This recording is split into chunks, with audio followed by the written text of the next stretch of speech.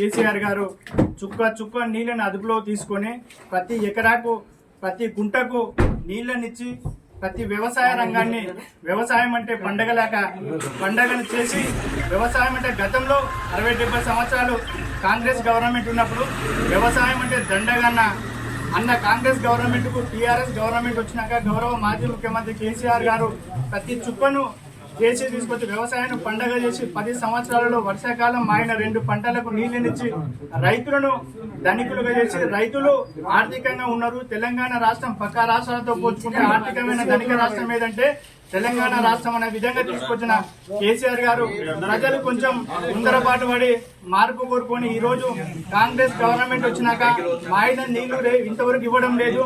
ఈసారి కూడా వానాకాలం పంటలు అయిపోయిన పూర్తిగా ఇప్పటి వరకు మీటింగ్ ఏర్పాటు చేసుకోలేదు.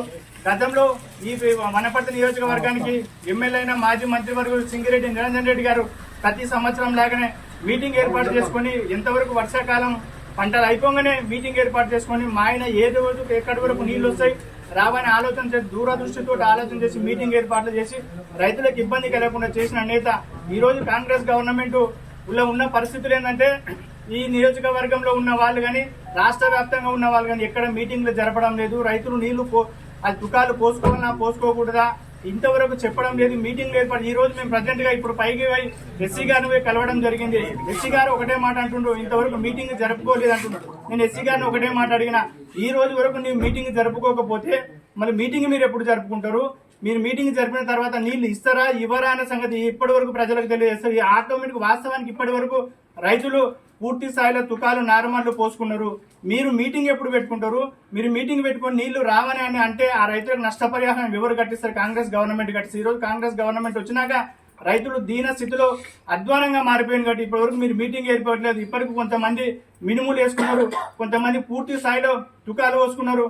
దీనికల్లా మీరు ఇప్పటి వరకు మీటింగ్ ఏర్పాటు చేసుకుని ఈ రోజు ప్రజెంట్ గా ఎస్సీ గారు చెప్పడం జరిగింది. కాబట్టి మీరు మీటింగ్ దయచేసి ఈ రాష్ట్ర గవర్నమెంట్ రాష్ట్ర కాంగ్రెస్ పార్టీకి విజ్ఞప్తి చేస్తున్నాం ఏంటంటే ఫస్ట్ మీరు మీటింగ్ కండక్ట్ చేయండి.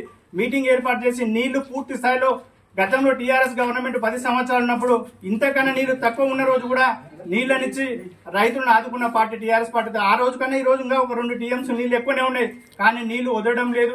నీళ్లు లేవని మీరు మాయ మాటలు చెప్పి సాకు చెప్పి రైతులను నష్టపరుచుతున్నారు. కాబట్టి ఫస్ట్ తక్షణమే మీటింగ్ ఏర్పాటు చేయండి. పూర్తి స్థాయిలో రైతులకు చివరి ఆయకట్ట వరకు నీళ్ళు ఇవ్వండి.